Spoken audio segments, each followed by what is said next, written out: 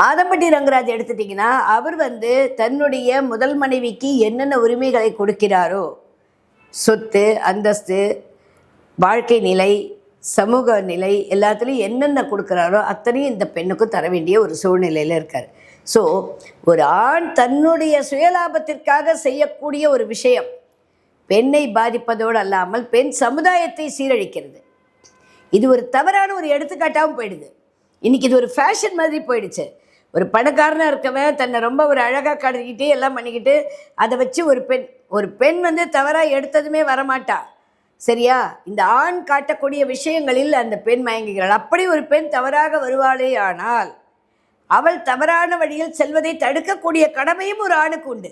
எனக்கு கல்யாணம் ஆயிடுச்சு, எனக்கு பொண்டாட்டி பிள்ளைங்க இருக்குது, நீ என்கிட்ட இப்படி பழகாத, உனக்கு எனக்கு எந்த சம்மந்தமும் இல்லை, தயவுசெய்து நீ வேலையை செஞ்சியா சம்பளத்தை வாங்கினியா போ, அதுக்கு மேலே உனக்கு எனக்கு எந்த சம்மந்தமும் இல்லைன்னு சொல்லணும். அப்படி சொல்லக்கூடிய ஸ்ரீராமர்கள் எத்தனை பேர் உள்ளனர்? இன்றைக்கி கிடையாது.